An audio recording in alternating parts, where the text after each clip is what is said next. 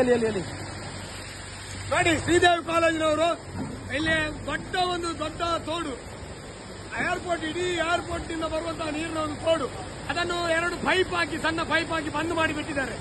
ಅದರಲ್ಲಿ ಬರುವಂತಹ ನೀರಿಗೆ ಅದಕ್ಕೆ ಕೆಪಾಸಿಟಿ ಇಲ್ಲದೆ ಮೇಲಿಂದ ಬಂದು ಎಲ್ಲ ಕೊಚ್ಚಿ ಹೋಗಿ ಕೆಳಗೆ ನಮ್ಮ ಗದ್ದೆಗಳಿಗೆ ಎಲ್ಲ ನಮ್ಮ ಮನೆಯ ಅಂಗಳಕ್ಕೆ ಎಲ್ಲ ಮಣ್ಣು ಬಂದು ಬಿದ್ದಿದೆ.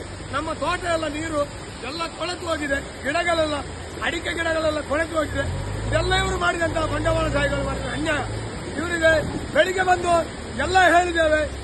ಪ್ರಾಂಶುಪಾಲರ ಹತ್ರ, ಅವರ ಕಾಲೇಜಿನ ಅಧಿಕಾರಿಗಳ ಹತ್ರ ಬಂದು ಹೇಳಿದ್ದೇವೆ. ಯಾವುದೇ ಒಂದು ಪ್ರತಿಕ್ರಿಯೆ ಸ್ವಲ್ಪ ಮಾಡಿದ್ದಾರೆ. ಇಡೀ ಅದನ್ನು ಕ್ಲೀನ್ ಮಾಡಿ ಓಪನ್ ಮಾಡಿ ಕೊಡಬೇಕಿತ್ತು. ಬೆಳಿಗ್ಗೆ ಹೇಳಿ ಹೋಗಿದ್ದೇವೆ. ನಾಳೆ ಇಲ್ಲಿ ಗೇಟ್ ಬಂದ್ ಮಾಡಿ ಇಲ್ಲಿ ಪ್ರತಿಭಟನೆ ಮಾಡ್ತೇವೆ. ಯಾವುದೇ ವಿದ್ಯಾರ್ಥಿಗಳು ಶಾಲೆ ಒಳಗೆ ಹೋಗ್ಲಿಕ್ಕೆ ಬಿಟ್ಟು